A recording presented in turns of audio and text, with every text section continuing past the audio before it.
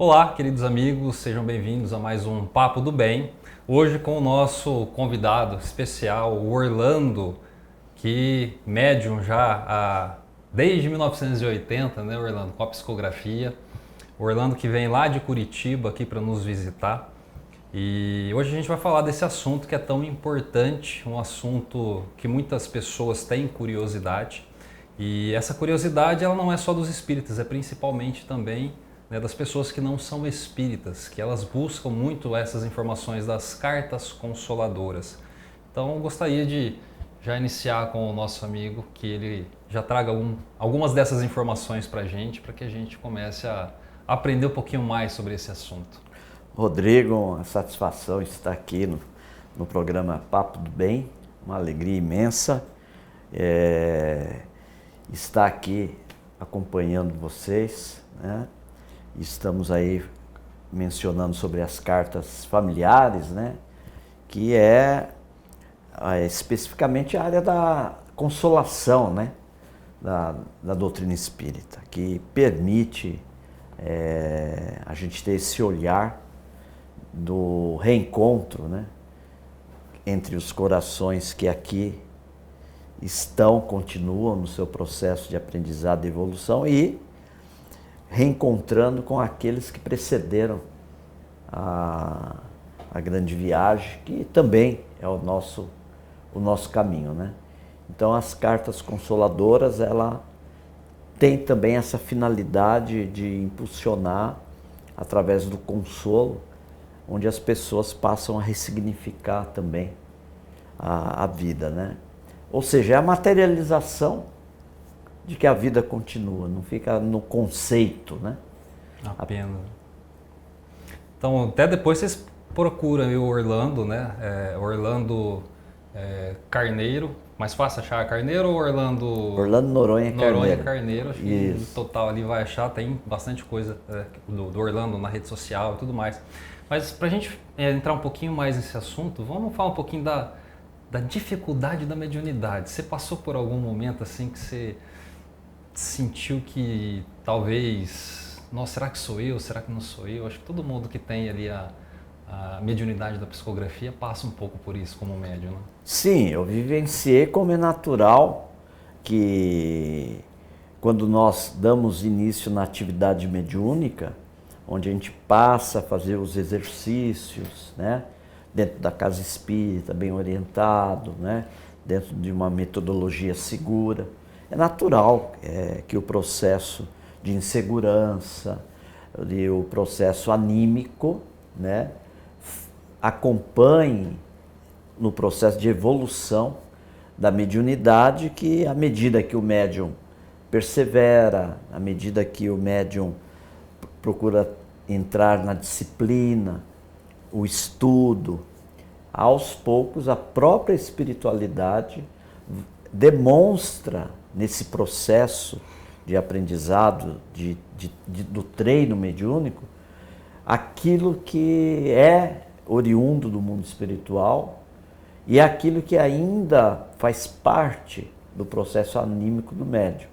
O que não deve se caracterizar como um medo, mas André Luiz, pelas mãos de Chico Amor Xavier, tem orientado nesse sentido, de que ao invés do animismo ser esse bicho-papão, né, das pessoas que estão iniciando a mediunidade, pelo contrário, ele é o termômetro que vai nos dar, a partir do momento que nós vamos evoluindo com perseverança, vai nos dando aquele grau em que está havendo a evolução da percepção e do registro espiritual, de forma que nas mensagens, progressivamente, tem muito mais conteúdo dos espíritos e menos interferência do médium.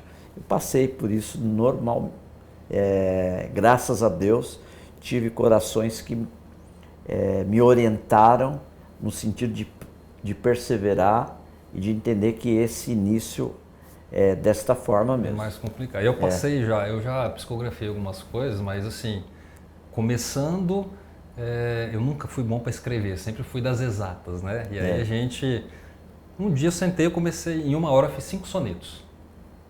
Mano, eu tô ficando bom nesse negócio. No outro dia mais 5, no outro dia mais 5, no outro dia mais 5. Falei, nossa, acho que eu me dou bem nesse negócio. Quando tinha lá para uma 100 num trabalho mediúnico, veio o espírito e falou assim, então, estamos aqui com o Rodrigo aqui, que eu tô passando os meus sonetos para ele, que quando eu estava na Terra eu gostava muito de fazer.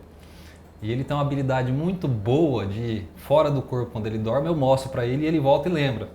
E Certo. essa foi a minha dificuldade, porque eu sempre achei que eu sabia tudo, mas eu sabia porque tinha, fora do corpo, pego essas informações.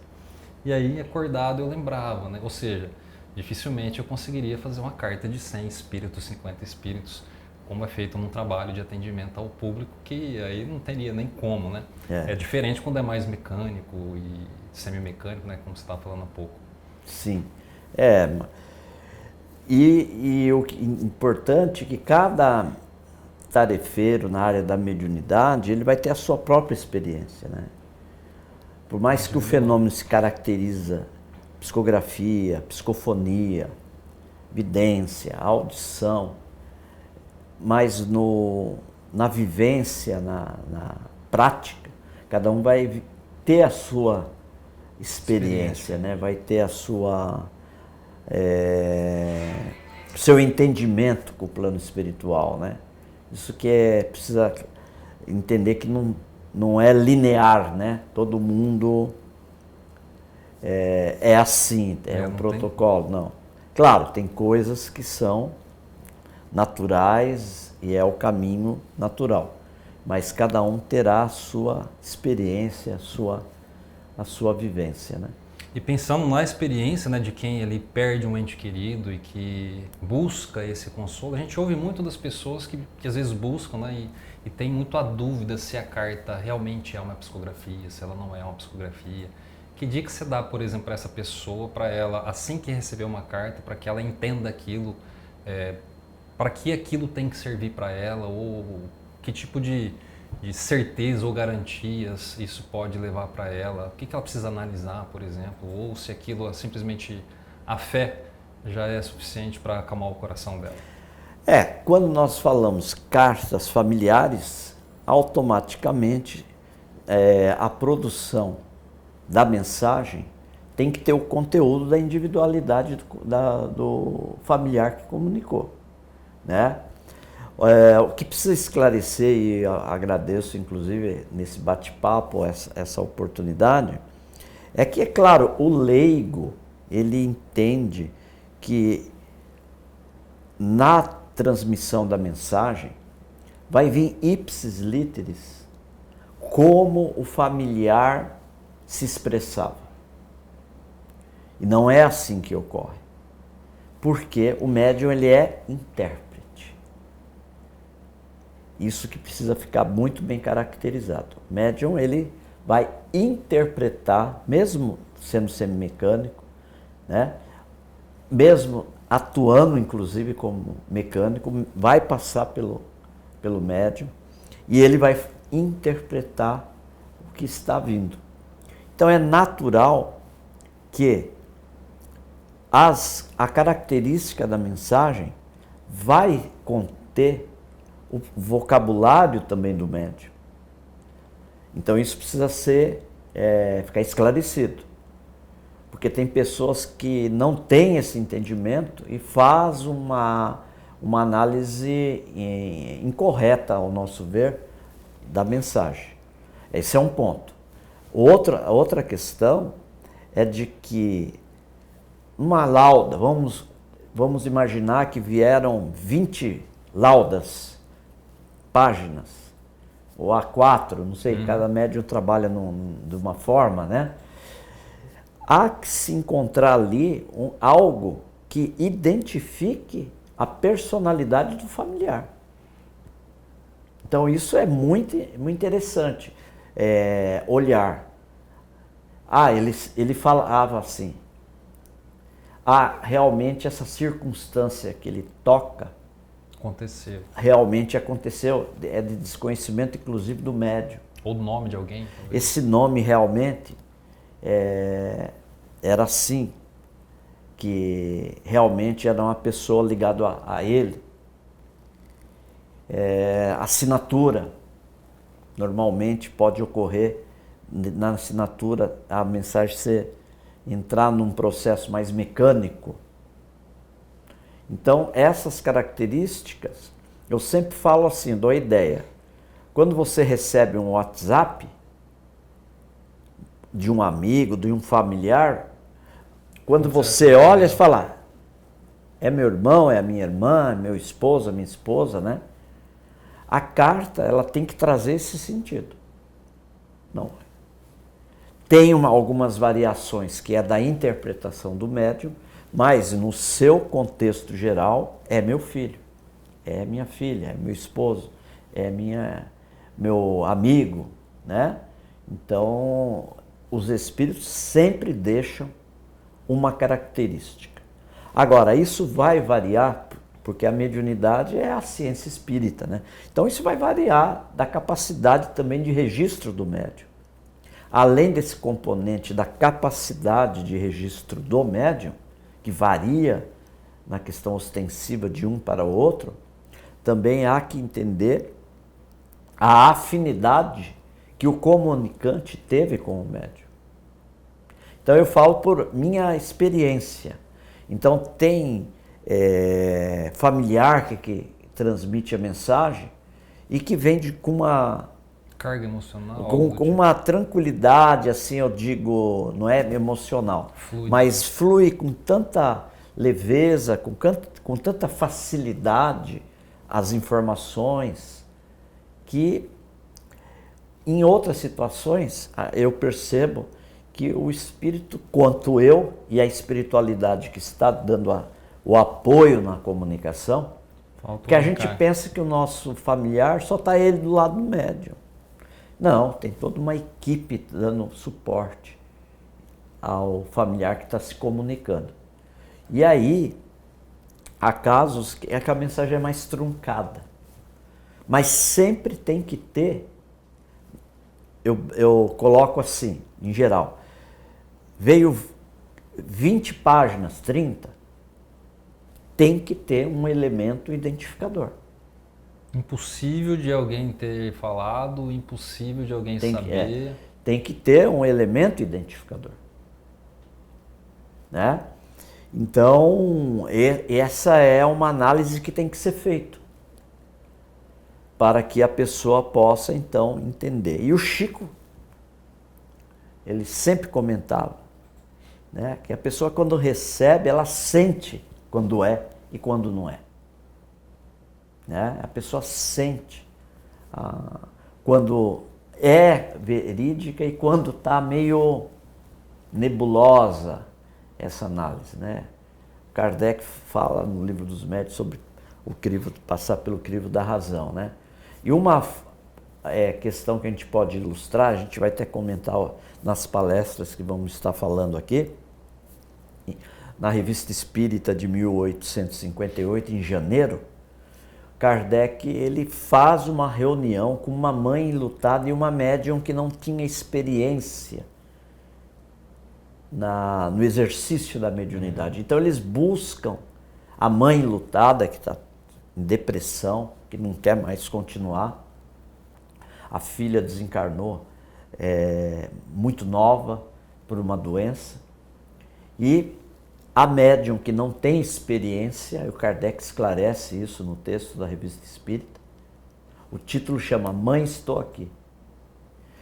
E eles realizam a reunião na Sociedade Parisiense de Estudos Espíritas.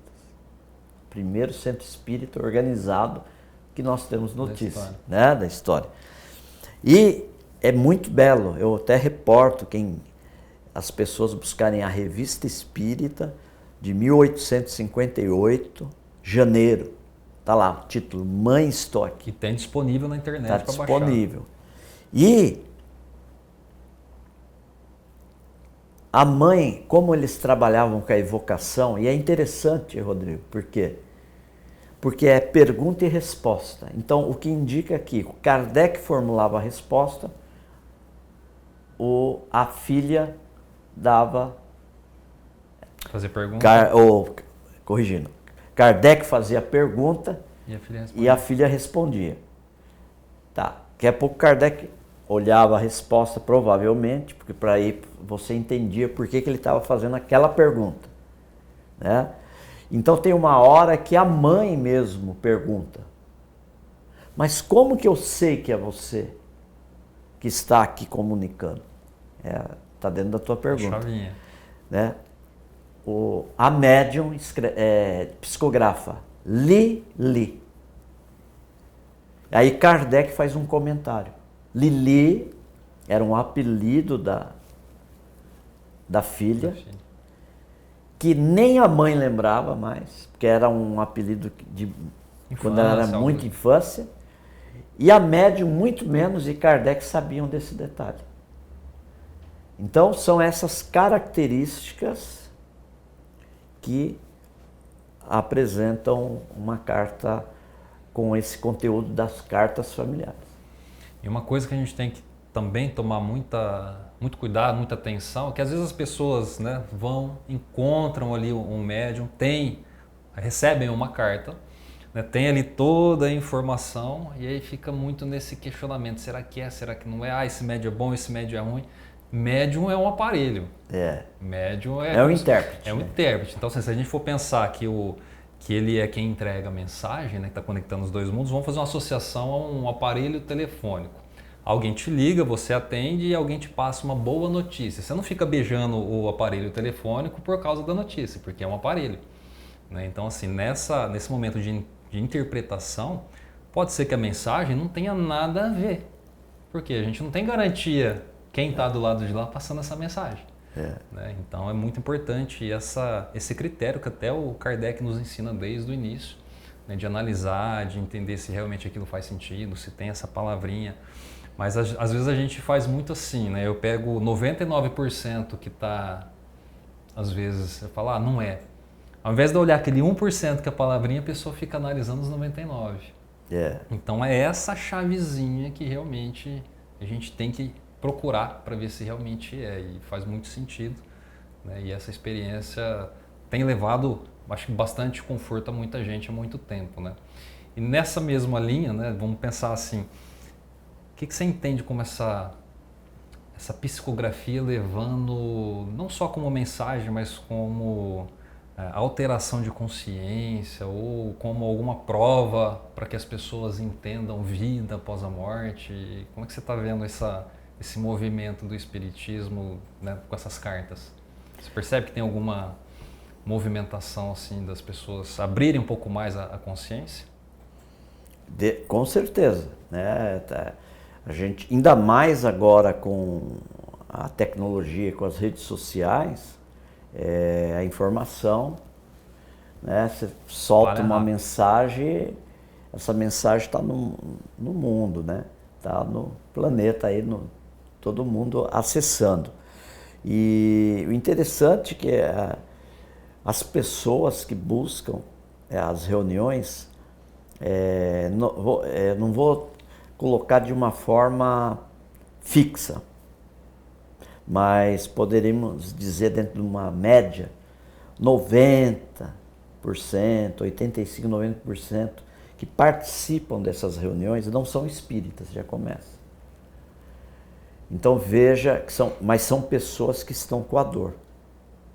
São pessoas que estão, muitas, no limite. Quem é essa mãe que procurou Kardec? Que é uma reação de muitas pessoas que vivem o luto. Porque o luto é outra questão, Sim. Ninguém vive igual. Cada um vai viver dentro da sua condição emocional, psicológica, cultural, do entendimento da vida, da forma como ocorreu essa desencarnação. Né? Quando ocorre uma desencarnação por um idoso, por uma questão de uma doença que foi progredindo, é uma forma. Desencarna um jovem que está por uma doença e é um outro olhar. Então, às vezes, o avô que ficou questiona, mas por que não fui eu? Por que foi a criança? Por que foi o jovem, né? E tudo isso a doutrina espírita nos traz luz de entendimento, né? E o que é muito interessante é que, como nós mencionamos, não fica na teoria, não fica como um dogma, não fica como uma teologia. É assim e acredita. Não, né? A questão das cartas familiares, e aí eu vou me reportar a Chico Amor Xavier, é a materialização efetiva da imortalidade. Isso nós não estamos nem trazendo todo o que temos hoje, historicamente, de pesquisas. Charles Richer, né? William Crookes, Ernesto Bozano e tantos outros poderíamos citar aqui, né? Que investigaram, que avançaram nas pesquisas, o próprio codificador, né? E então, na doutrina espírita, há a materialização da imortalidade. Somos imortais. Ou seja, eu não preciso, é claro, eu tenho esse anseio pela minha dor. Mas se eu não consigo, por vários fatores, essa mensagem direta do meu ente querido, eu tenho que entender que eu não posso assim negar que não existe a comunicação, porque está mais do que comprovado aí, né? A Chico tem mais de 70 livros só de cartas familiares. Eu estive lá desde 80, eu presenciei essas reuniões. Eu vi ele psicografando em italiano, eu vi ele psicografando em hebraico. A família Roberto Muscati, que eu inclusive, em uma das minhas palestras que vou estar fazendo na região, eu vou trazer. E hoje essa família é próxima a mim. Dona Sônia Muscati, né? O Dr. Davi, que na época, família de judeus. Eu estava em um dia lá no Grupo Espírito da Prece, quando o Chico psicografou o Roberto Muscati e veio termos em hebraico. E o Chico pediu para que o seu Davi, Dr. Davi, que era médico de São Paulo, conceituado, e Dona Sônia, buscassem o que era aquilo. Porque a Dona Sônia me falou recentemente, 15 dias atrás, que tinha coisas que o Roberto trouxe em hebraico que ela teve que levar para os rabinos, porque eles mesmos não entendiam. Eles foram na sinagoga e levaram para os rabinos. E aí, uma que está no livro Quando se Pretende Falar da Vida, tem um cerimonial que ele cita em hebraico que só os rabinos sabem que existe. Porque é como se fosse uma coisa iniciática. É só os rabinos que sabem aquele cerimonial. Por isso que o Dr. Roberto e a Dona Sônia não entenderam, não compreenderam. Mas o rabino confirmou. Sabia. Então veja, é a materialidade, né? Porque a vida imortal não é propriedade do Espiritismo. O Espiritismo a esclarece e elucida. A vida imortal é uma lei natural. E sempre existiu, né? E falou do Ernesto Bozano, esses dias eu estava fazendo um vídeo e eu prometi um PDF do A Crise da Morte, né, que ele relata 17 histórias de pessoas que haviam desencarnado e que voltam para contar. Porque fazendo alguns vídeos sobre, eu gosto muito de falar sobre morte, mas eu falo invertido, como se a pessoa tivesse desencarnado, né? Sim. E eu falo assim, ó, você morreu, e agora? Né? Então assim, para ela tentar identificar, para que ela comece a pensar que existe a vida após a morte.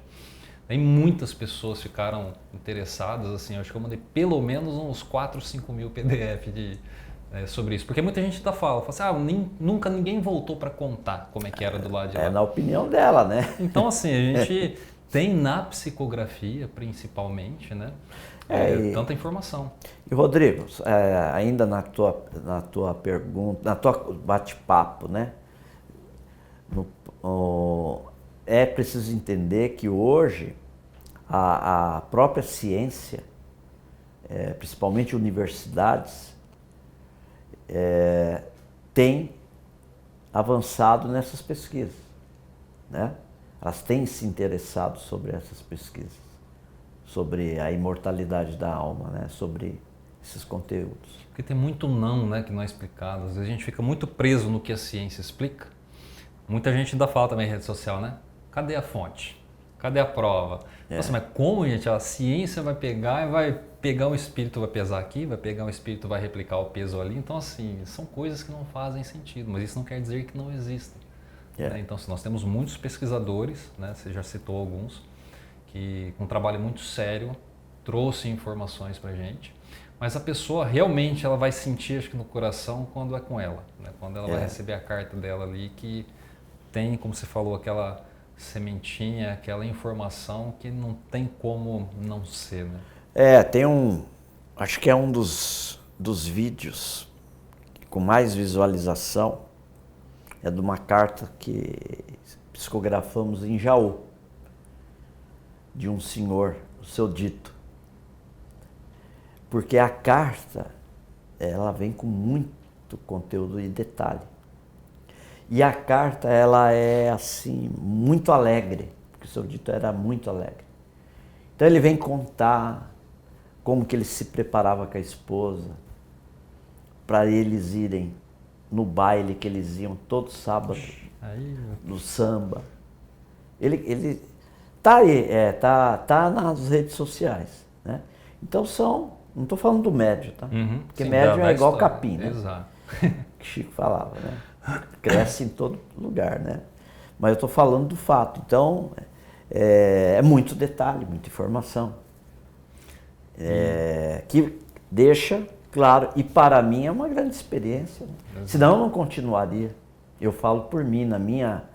Por que eu ia... Mesmo. Né? Eu podia estar agora, me desculpe, eu podia estar agora com a minha família lá em Curitiba. Se eu continuo e persevero, é porque o plano espiritual me deu também essa oportunidade de trabalho. Saber que...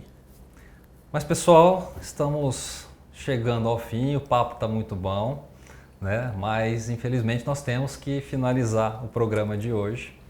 E novamente, né, procurem o Orlando nas redes sociais, ele tem um Instagram lá bastante ativo, e que a gente consiga, com essas informações, levar cada vez mais informação para os espíritas, para os não espíritas, mas todo aquele que precisa se consolar, acalentar o seu coração.